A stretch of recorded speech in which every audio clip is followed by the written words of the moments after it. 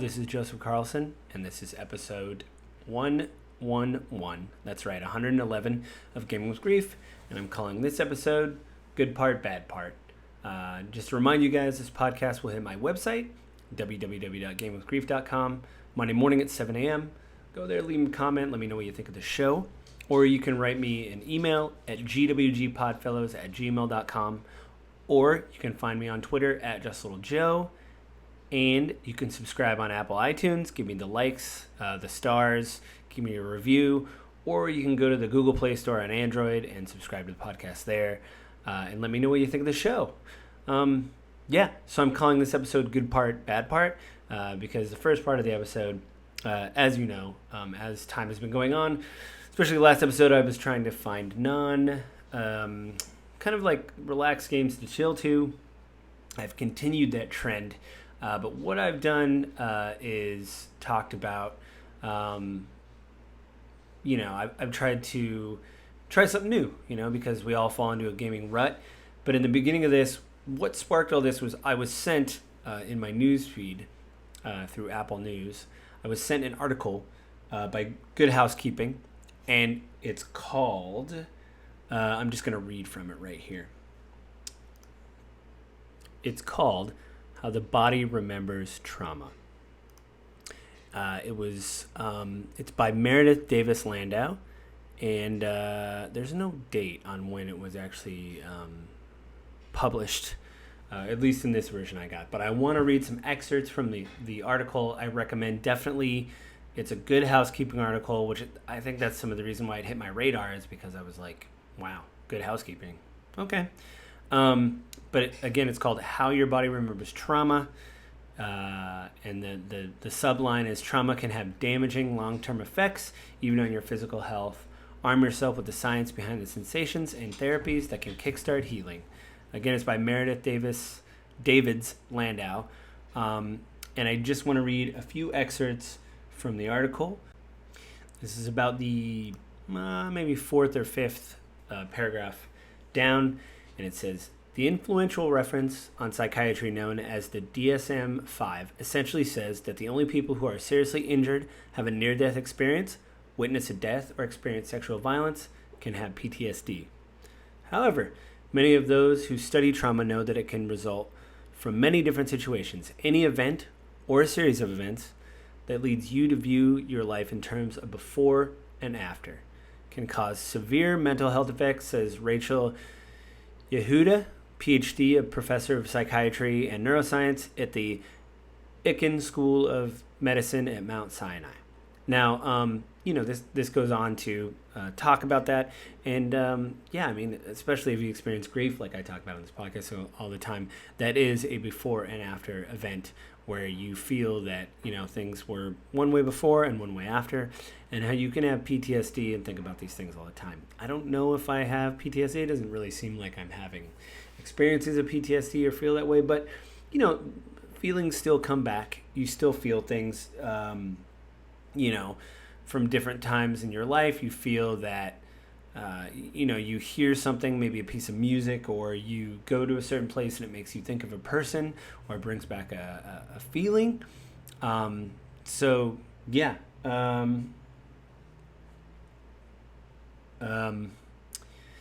kind of what it is. Now, there's things at the end that talk about how it is important that these things...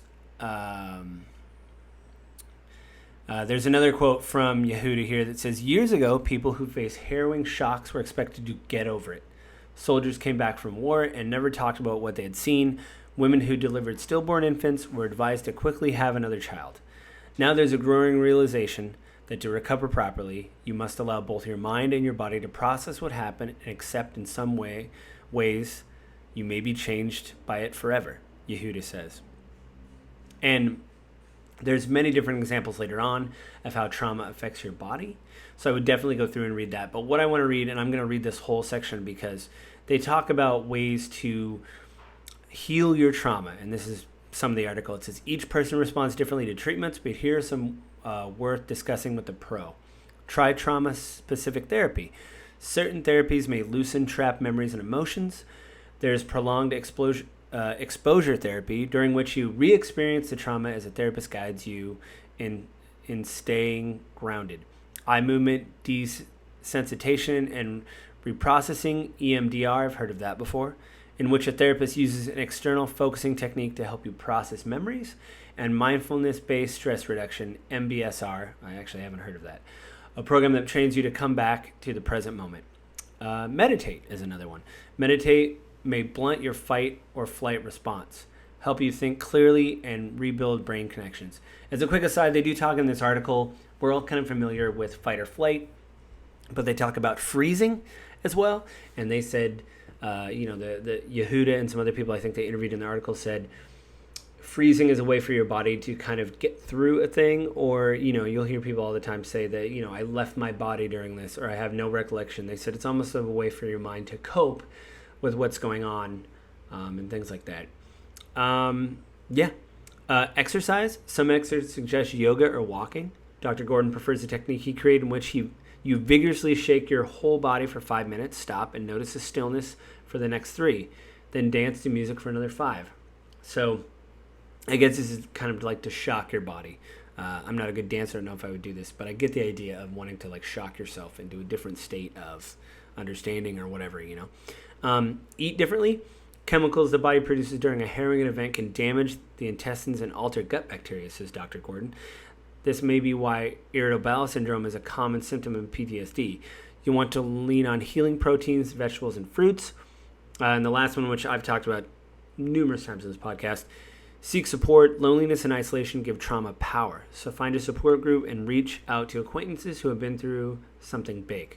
Hopefully we all have friends in our life that go through all this stuff, or if they do go through it, you're willing to reach out. I have very good friends in my life that do that.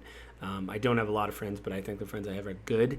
I have definitely fallen short in this where, my friends are going through some stuff and I didn't contact them, which I should have. I think generally that's really all I'm going to talk about in the article. But the reason why I bring this article up is because I think lately, I want to change a pace and I want to try something different. But I think also I'm kind of sick of, I'm just sick of like the kill 10 rats thing of go here, kill 10 rats, go there, kill 10 rats, the murder hobo, as I've heard it called, where you kill a bunch of stuff and then move on, kill more stuff, move on. So this week I'm actually going to cover 2 games. These are just like my initial impressions because one of them, I've only spent a few hours of both games, but I really have been writing stuff down, thinking about it, and doing web searches on both games. The first game, I actually don't know the developer, so I didn't, do that much research, but it's a free online game you can find on Steam or probably their browser. You can even play it on mobile now. It's called Albion Online. You can be a murder hobo in this game. You can definitely, you put on, leather armor and a bow, and you're an archer. You equip a sword. You're a warrior. You grab a staff and you start slinging spells. That's cool. But what they have in the game, which I think is really great, is you can be a farmer, a gatherer, you can be a crafter, and that is all ways to get experience. You only get experience in the game. You don't really level up, but you get better gear. And the more stuff you do in a particular field, i.e., all I want to do is go mine ore and then smelt the ore and make swords and shields. That will make you a better gatherer. With ore, there's several different trees. The tree's kind of confusing on there. A lot of people said, it's pretty simple. But basically, I think it comes down to gaming 101. The more you do something of that thing, the better you become. And so what I've done is they had a deal where it's free, but if you want to get like premium membership, which is like, you get bonus material and stuff like that, and your XP goes a little bit faster, you yield more crops. Usually it's like $24 a month, which is pretty steep, or $20, something like that. Well, they had a deal for $11. And the only reason I did that is because I found it in the game. You can actually buy your own private island with gold, which they only have 2 currencies in the game, it seems like, so far, which is nice. I've talked about before how I'm sick of in-game currencies and the fact that everybody, you don't have to have 9 currencies. If any game developer is listening, please pare your currencies down. But in this, you have gold, which you can purchase with real-life money. that gold can be converted to silver, which you use in the game. And there is a stock market that you can check, the rolling stock market, to like if you have a lot of silver, you can convert to gold. You can convert the gold to silver. Other games like Guild Wars 2 that I can think of do stuff like that. Maybe. No, I'm not going to say that. I don't know the other games with that. But I mean, I've seen this system before where you kind of play the market. But what I did is I got 1 month of premium because they were running a deal, and it was $11. And I had $11 in my Steam wallet. So I got the 1 month, and when you do that, that gives you access, that gives you the ability to buy the private island. Because here's the deal. There's a lot of people playing this game, and it was very packed. In fact, I had to take my headphones off because everybody's got mounts, and they're riding through town on these mounts, and all you hear is hooves going over, land. And there's so many people, it got kind of deafening. So I immediately converted. It was like a bonus where if you got a month of premium, they gave you 1,000 gold, which like I think I sold this morning. I sold 100 gold for like 280,000 silver. I bought the island. Then when you get to the island, the first sliver, because the island can be like upgraded and expanded, you're basically just buying more plots on the same island, and they have a little graph to say, okay, you're going to unlock this, you can have housing on this section. The next section gives you the ability to have land plots. You can build a farm or a pasture, raise animals.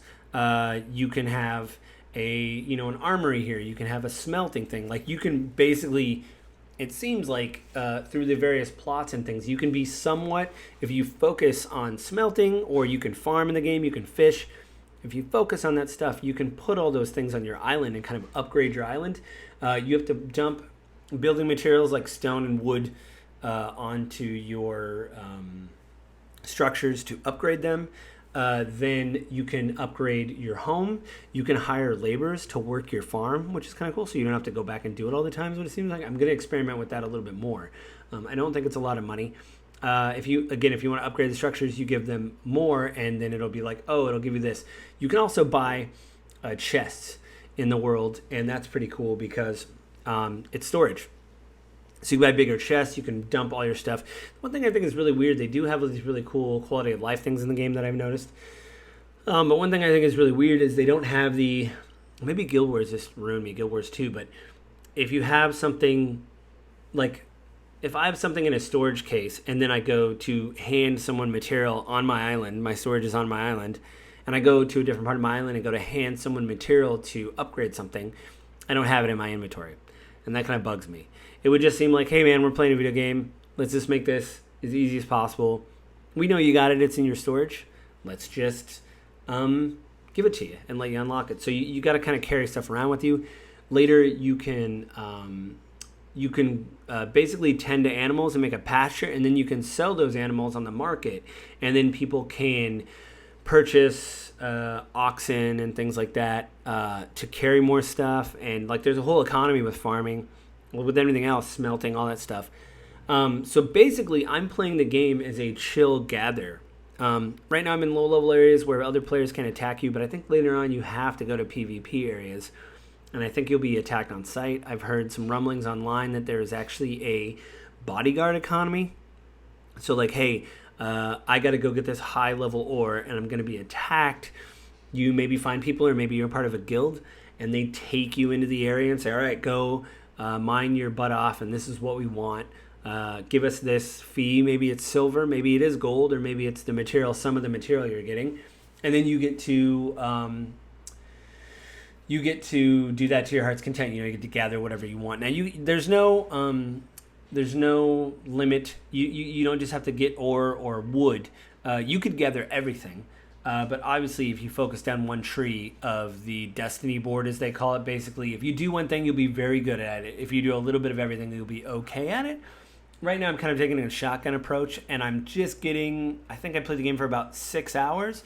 So, there's a lot of YouTube stuff early on in the game where you're looking stuff up, trying to figure stuff out. You're trying to optimize stuff. It seems like a lot of people have oxen because that holds more material. So then they're doing a gathering run. They have an oxen. That seems to be what we do. So I'm doing that right now. I'm making a pasture so that way I can raise animals. You can raise chickens. I'm farming. The more you farm, The more you can sell that on the market, all that kind of stuff's really cool. You can get, and then obviously the more you farm, the more is available to you. There is a merchant right next to your farm, so like all this stuff kind of pops up in your island. And it's kind of a chill thing, and I'm finding more fun doing that than going around killing mobs. I mean, there's undead creatures where I am now, and you whack them with a sword, and combat's kind of okay. I'm sure later on it may get great, but I only have a few basic attacks, and really I'm just attacking people to get them out of my way so I can go harvest something or gather something. If I see any kind of like cotton or anything. I only really kill animals for the leather, so I'm kind of using the game as an excuse to chill to. And I think, that's a weird reason for me to bring this up in the episode. I know I read that really weird article a few minutes ago, but, it's how do you deal with this stuff, and how do you be constructive? Like, I enjoy gaming, but again, I get kind of burned out on just punching things or shooting things or stabbing things, and you just want to have a different slice of life. Now, the only thing I'll say that I don't like about the game is it seems like the premium subscription does it by character. Some things I've noticed have unlocked account-wide, but if I want to start another character, which I don't think I'll do, to get premium on that character, I have to pay premium separately on that character, which seems incredibly expensive. The item shop is also just filled with vanity items, like, hey, do you want this cool golden armor? Do you want this cool golden oxen or whatever? Not really, no. I'm content to wear my leather hood and do that, and so basically I'm using the game to just chill to. It's usually on the weekends that I log in, hence me not having that much time in it. But it's been very chill to wake up in the morning and just, I need some limestone. Let me go get some limestone. Oh, I need some birch logs. Let's go get, there's some chestnut. Let me go get some of that. Stuff like that. Really, really, really like that. And so that's what I'm using that for. So, that's my preliminary thing of that. I'll play more of it, and then I'll let you know later on probably how it's going with it or whatever. Or, if I totally recommend it. I do recommend it now. At least try it free. And it's great to play it on mobile, even though the controls on my iPad are a little iffy. I don't like virtual controls. But it seems to run just fine. Like, if it can run on my iPad, I'm sure it can run on anything. And then, using the time to be like, I'm just going to go gather something. I don't think I'm going to play whatever all the way. I'm just going to go gather some material while I'm waiting. I'm not going to fight. I'm not going to get in a dungeon on my iPad, which I'm not anyway, but I could see, if you're another player out there and you want to try that, you can. So the other game, actually it's not a game, but the next thing I want to talk about is basically, I think I mentioned it a little bit. It's called Tailspire, and it is a digital miniatures program. It's on Steam right now. It released in early access, I believe, in May, according to the dates that I saw. That could be off, though. You guys can check that. It's by a company called Bouncy Rock Entertainment, and it basically, my whole life, I've known people that have gotten into miniatures, and it just seems very expensive. I probably mentioned this before, but for anybody who's listening for the first time, miniatures are very expensive. You have to buy this set, you have to buy this set, then you have to get the paint, then you have to find the time, which again, that could be something that's soothing, and I've known people to do that have used miniatures to kind of relax, chill out. That stuff's all great. But for me, it was just so expensive that I just couldn't justify the cost, because I would talk to my friends and they would talk about how much they spent.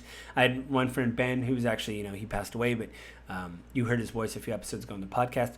He did miniatures years ago and played Warhammer, I think 40K, or at least Warhammer, and painted his miniatures, and I saw them. They looked amazing.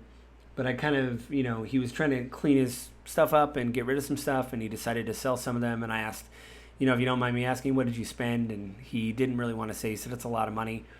The thing with Tailspire is it is $25. They're releasing updates. It's still in early access. The developers are really honest. They don't know if they're going to do like a subscription model where you pay them a few dollars every month and then get access to new models of trees or models of a dungeon. Maybe they'll have a theme. There'll be new minifigs, because yes, there's miniature figurines in this. So you can place people on a board. There isn't any painting, but they said they're working on some software like Tailweaver, which will be a way for you to paint a minifig or something like that and kind of incorporate it into the game. And I probably spent about 12 hours with it, 10, 12 hours. And let me just tell you this, for $25, just to do something that is chill. You basically open a board, and then you start laying terrain. They have themes like ice and wooded areas and dungeons and caves. And you can set this down. You build the walls. You can change the elevations. So you can make a rocky wall. You can make underground caverns. There's background ambient music. And there's ambient sounds. And there's even ambient music, which all the tracks are just incredibly like lo-fi beats, chill to study to. And I sit there and I make, basically miniatures. And again, it's only $25. I would like it. They said they're experimenting right now with, again, should we do, content per content, or should we do, like a monthly subscription where you pay us $5 a month and we add these things, or should we do it as value packs of like, hey, it's the Arctic theme. We got 100 new tiles, 5 new minifigs to place on the board. For $10, I would definitely do something like that. That way, if there's things that you don't really like, you don't feel obligated to buy them, but you could really look through and dig down and look at what you want. I would prefer that. Another thing, which you guys know this on the podcast, I've said it several times, and I've actually had sessions, it incorporates D&D 5e. There is a combat tracker on there. You can assign hit points to minifigs. If someone else, a player, buys the game, which there's contention in the community right now why you would need to buy the game. But their thing is like, hey, we're looking into that later, but this is early access. The game is $25. If you have purchased the game and I give you permission, you have permission to move a minifig around my board. So you can be a player and I can be the DM and I can describe everything to you. They don't have video or audio chat. We did an experiment with some friends, which I'm probably going to have Martin. He was on last week. I'll probably have him on again, and my wife, because they've actually been doing some Tailspire tests. I've set up little mini campaigns, but we're going to do like a for real campaign. My wife rolled up a new character. Martin rolled up a new character. My wife has Tailspire. She wanted something to chill to too, so I bought it for her. Martin is now a new DM. He's been playing with his family. And so, as a DM, I got him some DM merch, like, the DM scream and stuff like that, because, welcome to the DM family, Martin. But I also got him a gift certificate to buy Tailspire on Steam. So again, they don't have audio or video support, but what we're going to do is just Steam has voice chat. We're going to use that, and we're going to walk through a campaign and a real thing where there's a story that I've planned instead of tests. They're going to walk through. There's going to be character progression. We're going to tie it to D&D Beyond, which you can't do in the game yet, but you have to do it manually. So I'm really looking forward to that. I think we're doing that next weekend. So if there's time, we will do that. And then I'll have them report back and let me know. I think what I'll do maybe next week, I'll see if Martin's available because he goes out of town every once in a while. But anyway, I do want their impression. We've ran a test. I want to do a campaign with them. And then I want them to come back and say, here's what I thought. And really take notes. Because if it works and people enjoy it, the other D&D campaign I do with the other group, it's not my turn and I'm playing. I'm having a good time playing, but I want to incorporate it in my group. Maybe purchase it for the people who are on the fence about it. But I think it's a great thing because one of the group members I've played with, we've done a test as well. He purchased it because he really liked it. We did like a little test thing, and he said, this is really great in a D&D context because what it does is it kind of removes a lot of the questions that you have. When someone pulls out a battle map or a miniature and places a figurine down or, an ogre or something, you know exactly how far away they are. You set the distance. Each tile is 5 feet. Okay, they're this far. The table's over there. The crate's over there. I want to attack. You don't have to use guesswork. Even on Tailspire, there is a measurement tool. So you say, oh, this spell has a 15-foot range.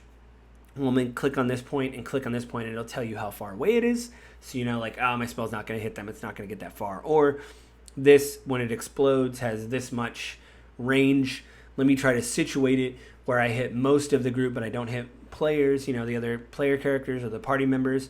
And I think it's an amazing tool. And like I said, they're still in early access. They're still testing it. There's a lot of feature things like hiding features, which don't work yet. So like the whole map is kind of available to people. There is ways to hide things, but on my end, at least it glitched out or I didn't do enough research and I couldn't work it out. But I think it is an amazing tool for you to share D&D with. And again, there's an initiative tracker on there. You can do people's turns. You can assign stats to monsters. They don't have as many minifigs as I would like. Certain, like if you're an orc, you got like 4 choices. But you know what? For $24, I think it is a great step forward. And if they come out and say, hey, we have like the orc pack, and there's 12 minifigs, and we have like these orc camp designs we've made, it's $5. I'd be like, heck yeah, like bring it on. So yeah, I'm really enjoying it. Again, if you've ever thought about miniatures, I can't, it's too much. I don't have the time because I can't paint every one of these. Right now, Tailspire is a really cheap alternative. So, I'm not sponsored by Bouncy Rock Entertainment or anything like that, but please, if you like it, go to the website. They have videos on there. They have tutorials. There's stuff on YouTube that kind of shows you, here's how you do this. And it seems like the community manager and the team are really responsive to feedback and really kind of open to anything because it's early access. And I kind of like to see that in a smaller development team. I think they're in Europe somewhere, and it seems like they're quite small, but I love it. So I think that's my initial impressions of both Albion Online and Tailspire. So again, 2 lo-fi things you can chill to that don't involve killing or stabbing or shooting. If you're like me and you're maybe dealing with something in your life that you wish, man, I wish I could just chill out and just focus. I don't, I'm mindlessly killing these things. I don't want to, I'm just sick. I'm sick of min-maxing my character and deciding what's the best type of armor for this situation. I'm just tired of it. I just want to log on, gather some wood, and build a house. Well, you can do that, and those are the 2 options that I've seen so far. So try either, again, Albion Online for free on tablet or Steam. Again, I'm not sponsored. I just think it's a great thing to chill to. And, of course, what I just talked about, Tailspire. Check that out. It's $25. There's a Steam summer sale going on right now, and since I already own the game, I didn't look into it, but I think the summer sale is going on for another week or so. So check back and see if you maybe be able to save some money on it. It would be a great thing. Or you can purchase it as a gift for someone if you know somebody in your life is either a DM or a player and they really, really, really wanted to do it, but they're like, I just don't want to pull the trigger. It's too much. $25 for me isn't a big deal, but I know a lot of people out there, any kind of money is a big, big deal. So check it out. And you know what, guys? I think that's it this week. So I think we did a good thing. I think we're all relaxed. Let's all relax. Enjoy your Sunday. It's the 4th of July here in America. If you celebrate the 4th of July, some people don't. They just like a Sunday. But enjoy your day, relax, be safe. And I want to remind you guys that this podcast will hit my website, www.gamewithgrief.com, Monday morning at 7 a.m. Go there, leave a comment. Let me know what you think of the show or how you heard of the show. Or you can find me on Twitter at JustLittleJoe. Go there, leave a comment. Let me know what you think. Or you can write me an email at gwgpodfellows@gmail.com. Let me know what you think of the show. If you have a question, put it there. I'll read it over the podcast. If you don't want me to read it over the podcast, I completely understand. Please do that. And then, check out that Good Housekeeping article. Also, you can subscribe to the podcast on Apple iTunes and the Google Play Store if you're Android. Go to both places, rate me, like me, stuff like that. But to remind you guys again, check out that Good Housekeeping article about how your body remembers trauma. And also check out Tailspire and check out Albion Online. Again, they're free. You can try the Albion Online on your tablet. No big deal. So I think with that, guys, it is the end of the show. And I hope everybody has a good week. And I will talk to you guys next week. Bye.